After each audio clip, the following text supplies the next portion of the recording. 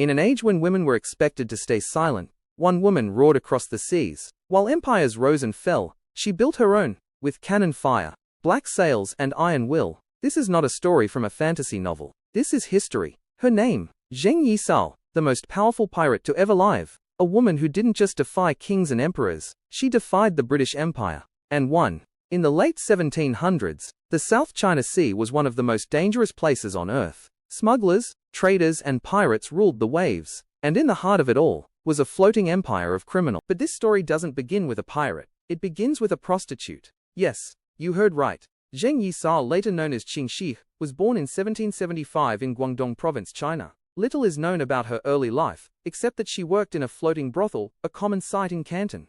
But what made her different was her mind. She listened, she learned, she made connections, and she had ambition most men feared. In 1801, her life changed forever. The infamous pirate lord Zheng Yi, commander of the Red Flag Fleet, one of the most powerful pirate forces in Asia, visited her brothel. And he didn't just want her body, he wanted her mind. Zheng Yi married her, but this wasn't just a marriage of romance, it was a business partnership. She demanded equal power, and she got it. Together, they grew the Red Flag Fleet into a terror of the seas. Within just a few years, they commanded hundreds of ships and tens of thousands of pirates. But in 1807, Zheng Yi died. Storm, accident, assassination. No one knows for sure. What everyone knew was his pirate empire was now up for grabs. Many expected chaos, but instead, they saw Qing Shih rise. Zheng Yi Sao could have run. She could have disappeared into history as a widow of a pirate. But she had something no one expected. Strategy. First, she secured loyalty from her late husband's fleet by taking his adopted son,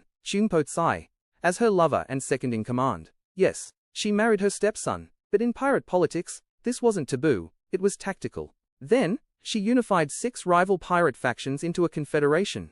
Over 70,000 pirates, 1,800 ships. They called it the Red Flag Fleet. Her rules were strict. No stealing from villages. Rape was punishable by death. Loot was divided by rank and effort. Deserters were executed. This wasn't just piracy. It was governance. She became queen of the South China Sea, with an empire on water that rivaled nations. And the Qing dynasty, powerless to stop her.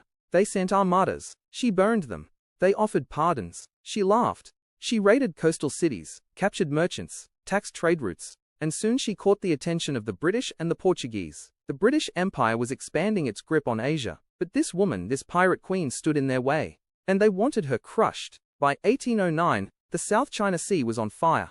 The Qing dynasty had teamed up with the Portuguese navy, and the British were watching closely. They launched a coordinated assault on Ching Shih's forces near the Pearl River Delta. A massive naval showdown followed, but Zheng Yi Sao was prepared. In one legendary battle, Portuguese lured the Qing ships into narrow channels. Once inside, they were ambushed and bombarded from hidden pirate ships. The Qing navy lost over half their fleet in a single battle. The Portuguese tried next with their modern cannons and European tactics, but they underestimated the Red Flag Fleet's discipline and strategy. Despite being pirates, Qing Shih's fleet operated with military precision. Time and time again, the pirate queen outmaneuvered state navies. The British didn't even dare a full-scale attack.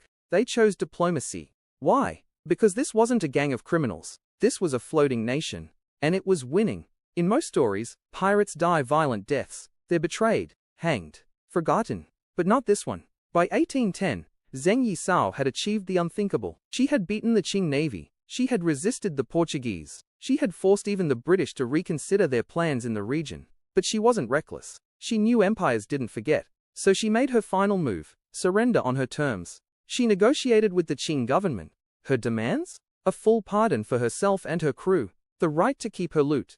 Portuguese to be made an official naval officer. No trials. No executions. The Qing agreed. Why? Because they knew they couldn't win. And just like that, the pirate queen walked away. She retired, bought land, opened a gambling house, lived a long, comfortable life, and died in 1844 a legend. Today, Hollywood praises Jack Sparrow, books romanticize Blackbeard, and Captain Kidd.